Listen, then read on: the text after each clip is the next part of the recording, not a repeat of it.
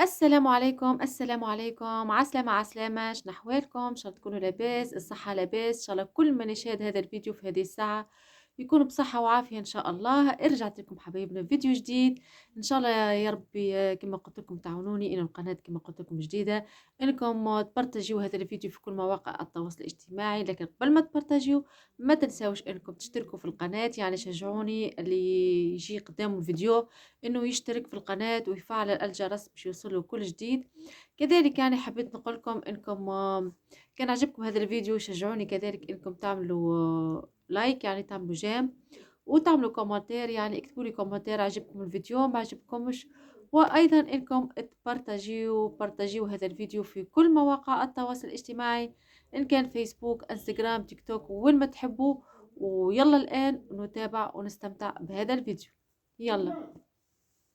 والأنفاس كهذا الفيديو لخطر محدق بهذا الطفل تذكرونه بالتأكيد. تدرك تماما أنها مسألة أجزاء من الثانية، هي الفرق بين الحياة والموت. راقبوا معي جيدا هذا الفيديو وانتبهوا إلى هذا الشاب الذي يرتدي الأصفر، ينظر إلى الأعلى، ينتظر شيئا. ماذا ينتظر؟ شيئا سيلتقطه، سينزل من الطابق. واو، التقطه. إنها طفلة، نعم طفلة. الفيديو كان هذا من حي الفاتح في اسطنبول.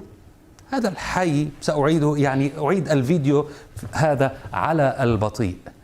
الحي مليء بالسوريين طبعا، لكن انظروا كيف سيلتقط هذه الطفلة. الفتى جزائري التقطها بمهارة.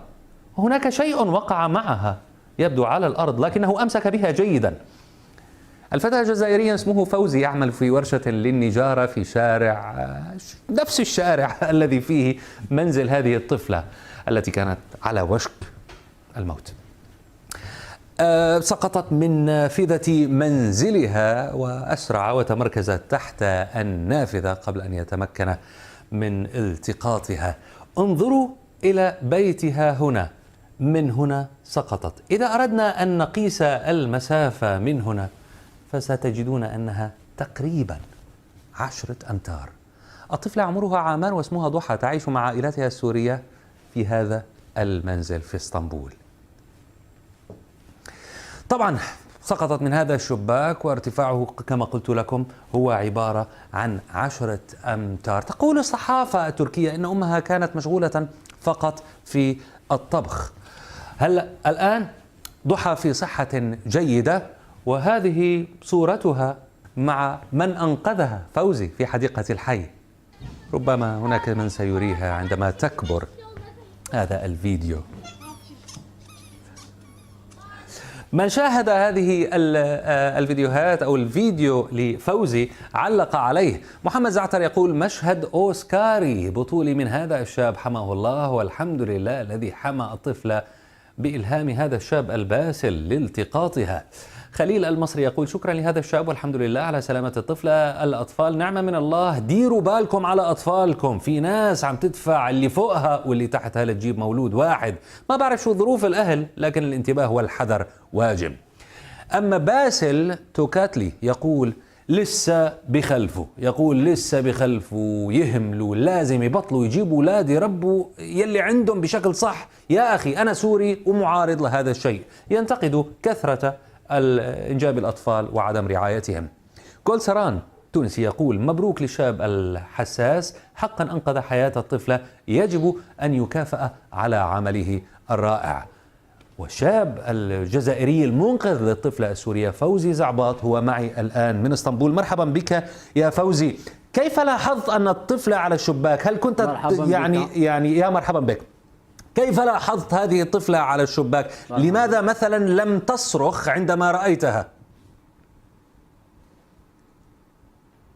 كنت أسير في الرصيف ولم أستطع أن أصرخ لأني لا أستطيع التكلم باللغة التركية، ولم أعلم إنها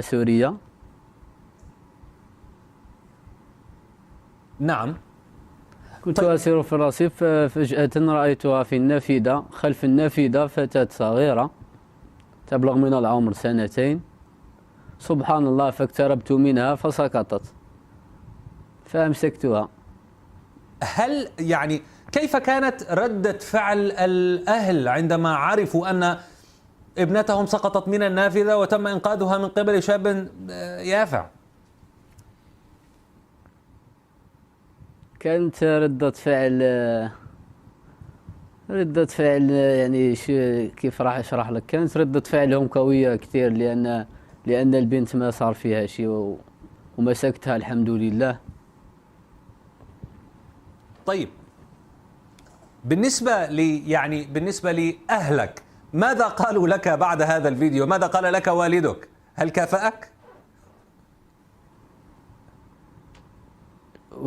والدها. والدك ووالدها، سمعت أن والدك كان سعيدا جدا بهذا الفيديو. والدي أنا في الجزائر، أنا هلا بتركيا، بس أبوها كفاني 200 ليرة. نعم. طيب، بس أنا ما هل الطفلة يعني الآن رأيت فيديو لك وأنت وهي يعني تلعبها بالمرجوحة، هل هي تعي ما حصل لها؟ طبعا هي صغيرة جدا. كل الشكر لك من اسطنبول، الشاب الجزائري صغيرة المنقذ للطفلة السورية التي اسمها ضحى وهو اسمه. أسير في الطريق فرأيت فتاة صغيرة تبلغ من العمر 2 على نافذة، سبحان الله اقتربت منها في الأرض فسقطت، مسكتها.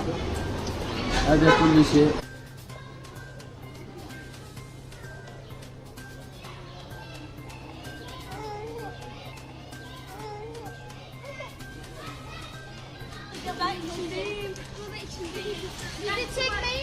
الجزائر بلد المليون شهيد، وهم يقولون 1.5 مليون. أنا مزحت معهم، قلت في الابتدائي درسنا بنص مليون، ثم في الثانوي مليون، ويوم جيت عندكم انه 1.5 مليون.